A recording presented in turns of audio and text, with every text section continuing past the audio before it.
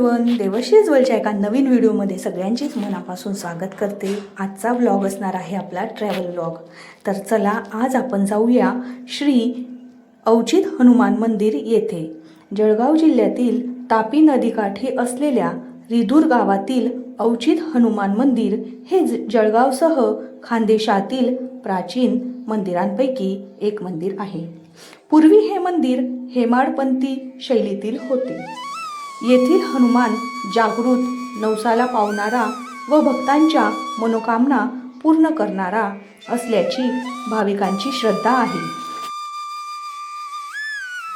या हनुमानाचे वैशिष्ट्य म्हणजे त्यावर चक्क लोण्याचे लेपन केले जाते। त्यामुळे हे स्थान लोणी हनुमान म्हणून देखील खानदेशात प्रसिद्ध आहे। असे सांगितले जाते की कितीही उन्हाळा असला तरी या मूर्तीवरील लोणी वितळत नाही।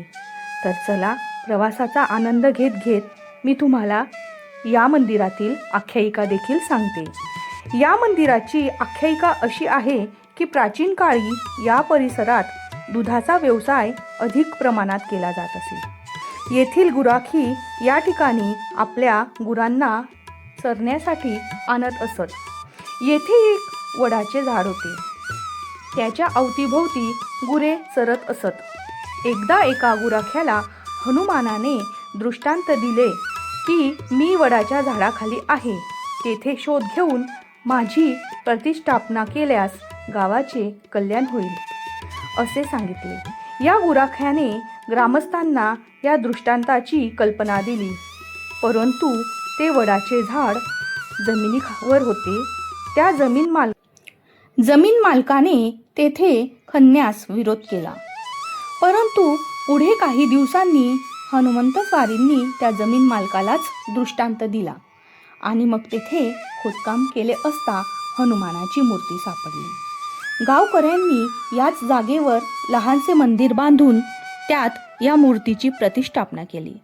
अचानकपणे प्रकट झाल्यामुळे येथे नाव पडले अवचित हनुमान। या आख्यायिकेप्रमाणे आजही हे मंदिर वडाच्या झाडाजवळ आहे। या हनुमानाला लोणी हनुमान असेही ओळखले जाते। याची आख्यायिका अशी आहे की एका दिवशी रिधूर गावात नातेवाईकांकडे एक पाहुणा आला होता। त्या पाहुण्याच्या गायीने अचानक दूध देणे थांबविले, त्यामुळे तो चिंतेत होता। तो पाहुणा अवचित हनुमानाचे दर्शन घेण्यासाठी येथील मंदिरात आला आणि दर्शन घेतल्यावर त्याने हनुमानाला साकडे घातले की देवा, माझी गाय दूध द्यायला लागली तर त्या दुधाचे लोणी आणून तुला अर्पण करीन। त्याच्या दुसऱ्या दिवसानंतर पाहुण्याच्या गायीने दूध देण्यास सुरुवात केली। काही दिवसांनी तो पाहुणा परत रिधूर गावातील आपल्या नातेवाईकांकडे आला। सकाळी जाऊन हनुमानाला लोण्याचा गोळा अर्पण करू असा विचार करून तो झोपी गेला, परंतु त्याच रात्री तो ज्या घरात थांबला होता त्या घराला अचानक आग लागली। पाहता पाहता घरातील सर्व वस्तू आगीत खाक झाल्या, पण छताला टांगून ठेवलेले लोणी मात्र मडक्यासह तसेच होते। त्यानंतर त्या लोण्याचा नैवेद्य अवचित हनुमानाला दाखविण्यात आला। तेव्हापासून पौर्णिमा व अमावस्येला देवाला शेंदूर मिश्रित लोणी लेपन करण्याचा पायंडा पडला असे सांगितले जाते। एकदा लावलेला लोण्याचा लेप कितीही उन्हाळा वितळत नाही, तो वितळत, त्यामुळे थरावर थर वाढत जाऊन ही मूर्ती 2.5 फूट उंचीची आता 7 फूट उंचीची झाली आहे। अनेक भाविक नवस्फूर्तीनंतर या हनुमानाला लोण्याचा लेप लावतात। तर असे हे सुंदर मंदिर बघितल्यानंतर आपण आता पुढे जाणार आहोत श्री मनुदेवी येथे। नेक्स्ट व्हिडिओ देखील तुम्ही नक्की बघा, कमेंट करा, लाईक करा। जय श्रीराम। व्हिडिओला पूर्ण बघितल्याबद्दल सगळ्यांचे मनापासून धन्यवाद। रामकृष्ण हरी। Bye bye.